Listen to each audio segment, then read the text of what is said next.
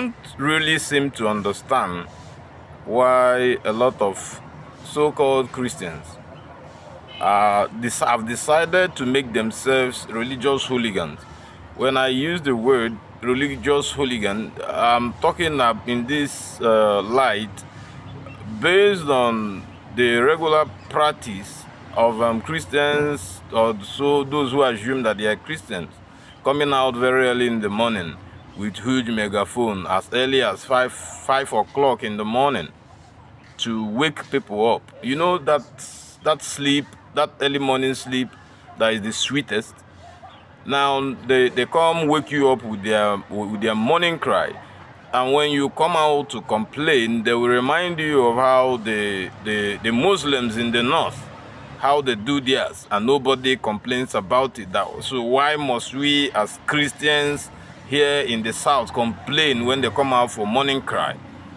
Listen, Mr. Man or Mr. Woman, the southeast is not a Christian zone.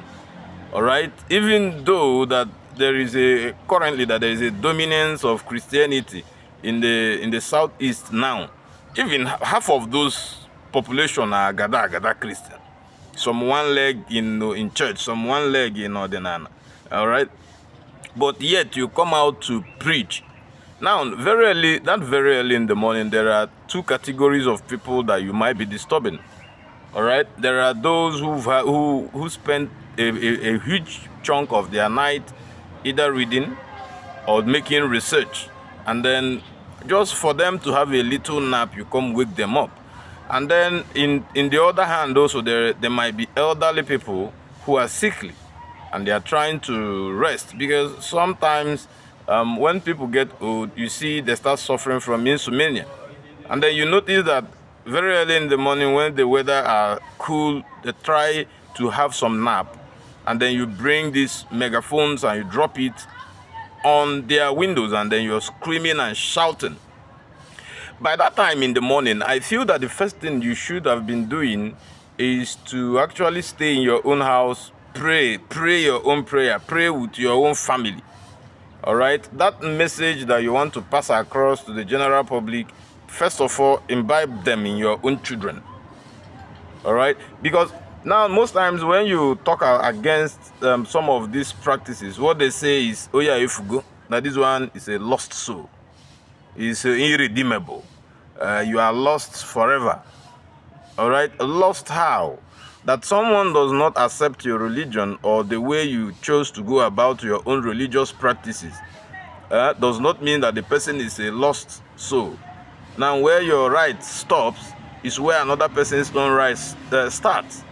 You don't come drop mics in front of my houses or just close by to my house while I'm trying to do one or two things, organize my day, and then you're screaming and shouting. Now, anybody who wants to hear the word of God can easily go to church. Anybody who wants to hear the word of God can easily open up their mobile phone devices. There are a lot of preachers online. Anybody who wants to hear the word of God knows where to go and get them. Just like a traditionalist, if he thinks he needs spiritual help, he knows where to go. Can you just imagine that if most possibly, that you come out one day in the morning and you see native doctors all over your street, with their OG and their Ogene and they are making noise. The next thing you will hear is that the devil is at work, right? Now, the devil is not at work when you disturb other people. But if it happens with another religion, you will say it's the devil. This supremacist ideology of Christians, that their only religion is supreme to every other religion, that is the high sense of hooliganism, all right?